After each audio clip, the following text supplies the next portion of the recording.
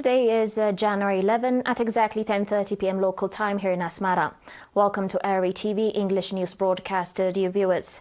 These are the top stories for today.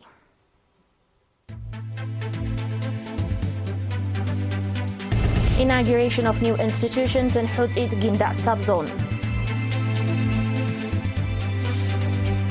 Minafhi College graduates students in vocational training. Deaths from Israeli attacks in Gaza undercounted by 41%. And global economy projected to grow 2.8% in 2025. On your domestic reports, a new office built through the financial and labor contributions of residents, along with an elementary school in Madet Houthi administrative area, Ginda subzone, was inaugurated on 8 January in the presence of Ms. Asmeret Abraha, governor of the Northern Red Sea region.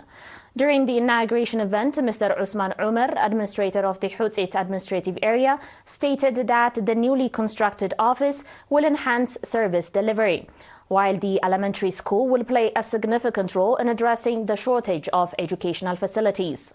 Mr. Umar Yahya, administrator of Ginda subzone, commended public participation and development initiatives, particularly in expanding social services, and called for such efforts to continue in an organized manner. Elders present at the event pledged to build upon the achievements and ensure the implementation of pending projects. In a separate report, Ms. Asmeret Abraha held a meeting with residents of Ad-Rosso and irrigation farmers in the area. The discussions focused on increasing women's participation in education and the implementation of improved farming systems to enhance harvests. This is according to a report from ERI.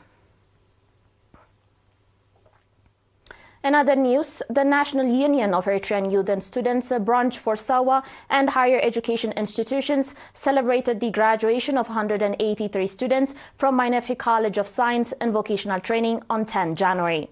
Mr. Ramadan Mohammed Noor, head of the union branch in the college, stated that the training was conducted alongside the students' academic studies, with participants specializing in various fields: 73 in video editing and videography, 37 in sign language, 28 in Arabic language, 22 in literature, and 23 in satellite dish installation. He also highlighted that over the past 4 years, 967 students and 56 staff members of the college have benefited from the program. Professor Gebrai Askadom, dean of the college, emphasized the significant impact of the program on citizen development and called for its continuation.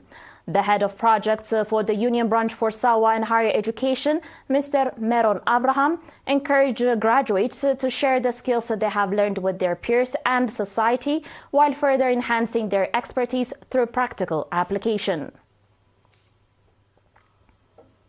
Dear viewers, we'll be back shortly with your international reports and more. Do stay tuned.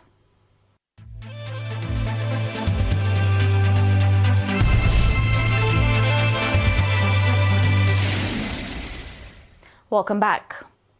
According to a study, an official Palestinian tally of deaths in Israel's war in Gaza likely undercounted the toll by 41% in the first 9 months of the conflict, as the Gaza Strip's healthcare infrastructure unraveled. The peer-reviewed statistical analysis published in the Lancet journal on Thursday was conducted by academics at the London School of Hygiene and Tropical Medicine, Yale University, and other institutions. Using a statistical method called capture-recapture analysis, the researchers sought to assess the death toll from Israel's air and ground campaign in Gaza between October 2023 and the end of June 2024. Up to June 30 last year, the Palestinian Ministry of Health in Hamas-run Gaza reported a death toll of 37,877 in the war. However, the new peer-reviewed study used data from the ministry, an online survey, and social media articles to estimate that there were between 55,298 and 78,525 deaths from traumatic injuries in Gaza by that time. The study's best death toll estimates was 64,260. According to the study, that toll represented 2.9% of Gaza's pre-war population, or approximately 1 in 35 inhabitants. The toll was only for deaths from traumatic injuries, so it did not include deaths from a lack of healthcare or food, or the thousands of missing believed to be buried under rubble. On today's final report, global economic growth is projected to remain at 2.8% in 2025. This is according to a UN report released on Thursday.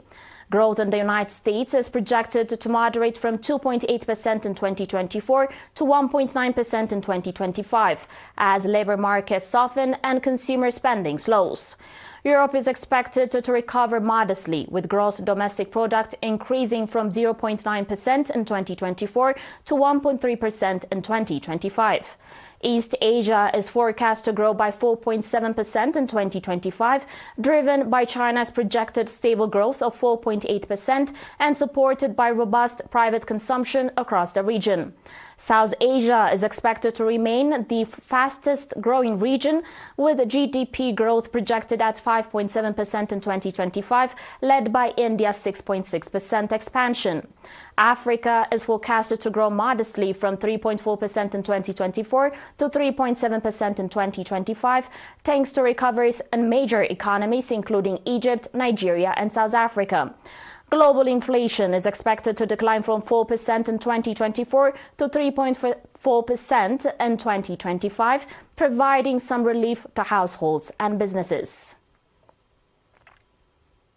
Dear viewers used to watching ERi-TV, and now recap of the major headlines.